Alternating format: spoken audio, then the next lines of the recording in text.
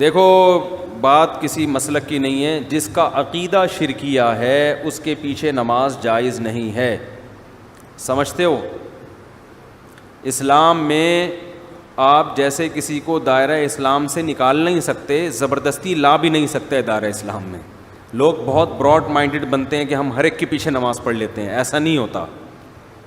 آپ کو جوڑ پیدا کرنے کے لیے اسلام کی جو حدود ہیں، جو باؤنڈری اسلام نے کھینچی ہے، اس باؤنڈری کے اندر رہنا پڑے گا.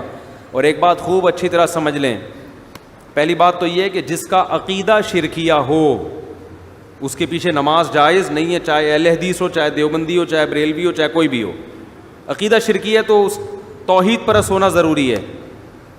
دوسری بات یہ ہے کہ جوڑ پیدا کرنے کے لیے آج کل یہ بھی ایک ٹرینڈ چل نکلا ہے کہ بس لوگوں کو دین پہ لے کر آنا ہے. اس کے لیے اسلام کی جو بیسک اصول ہیں انہی کی دھجیاں اڑا دی جاتی ہیں. تو لوگوں کو دین کے قریب کرنے کے لیے آپ جو اسلام کے بنیادی اصول ہیں، اسلام نے جو باؤنڈری کھینچی ہے، اس میں تبدیلی نہیں کر سکتے. نبی صلی اللہ علیہ وسلم نے 13 سال مکہ میں دعوت دی ہے، چند لوگوں کے سوا کوئی بھی ایمان نہیں لے کر آیا. اور مشرکین کیا کہتے تھے کہ تھوڑی سی لچک پیدا کر دیں، تھوڑی سی ہماری بات مان لیں. آپ نے مصلحتاً بھی ان کی بات نہیں مانی کہ اسلام کی جو بنیادی احکام ہے نا ان میں کمپرومائز نہیں ہوگا. جن چیزوں کا انتظامی معاملات سے تعلق ہے، مینجمنٹ سے، ان میں تو جیسے صلح حدیبیہ میں آپ نے بہت ساری چیزوں میں مانی ان کی بات.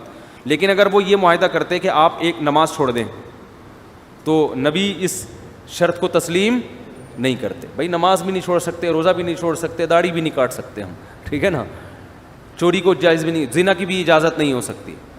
تو اسی طرح یاد رکھو آج کل ایک بہت بڑا مسئلہ یہ ہو گیا ہے کہ ہماری حدود ساری ختم ہوتی چلی جا رہی ہیں. اور یہ بھی ذہن میں رکھیں کہ نبی صلی اللہ علیہ وسلم کی سیرت میں جہاں ہمیں معاف کرنا ملتا ہے وہاں انتقام لینا بھی ملتا ہے. اب یہ کام ہوتا ہے کہ کون سا موقع معاف کرنے کا ہے اور کون سا موقع انتقام لینے کا ہے. بعض دفعہ انتقام لینے میں فائدہ زیادہ ہوتا ہے. علماء نے لکھا ہے، دیکھو نبی کتنے رحمت للعالمین تھے نا، کتنی رحمت تھی، لیکن خودکشی ایک شخص نے کی، نبی نے اس کا جنازہ نہیں پڑھایا. حالانکہ آپ تو رحمت للعالمین ہیں، اور اس کا جنازہ فی نفسی ہی جائز بھی ہے تو مسلمان نہ وہ.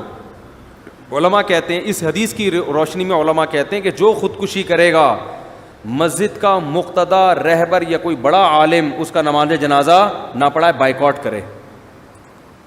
لیکن ہم کیا کر رہے ہوتے ہیں یہاں پہ، نہیں بھائی اس کی تعریفوں پہ پول باندھ رہے ہوتے ہیں. وہ جو انڈیا میں ایک لڑکی نے خودکشی کی تھی نا، بہت لوگوں نے ترس کھایا.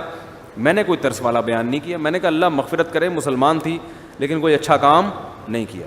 یہ واجب التعزیر ہے. بھائی تم جرم بھی کر رہی ہو اور ساری دنیا کو بتا کے دریا میں چھلانگ لگا کے اور بھی لوگوں کو کہہ رہی ہو کہ سب چھلانگیں مارو.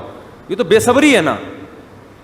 نیکی کو پروموٹ کیا جاتا ہے، ہائی لائٹ کیا جاتا ہے کہ دیکھو غم کے موقع پر میں یہ صبر کر رہی ہوں، تو آپ لوگ بھی صبر کرنا سیکھو.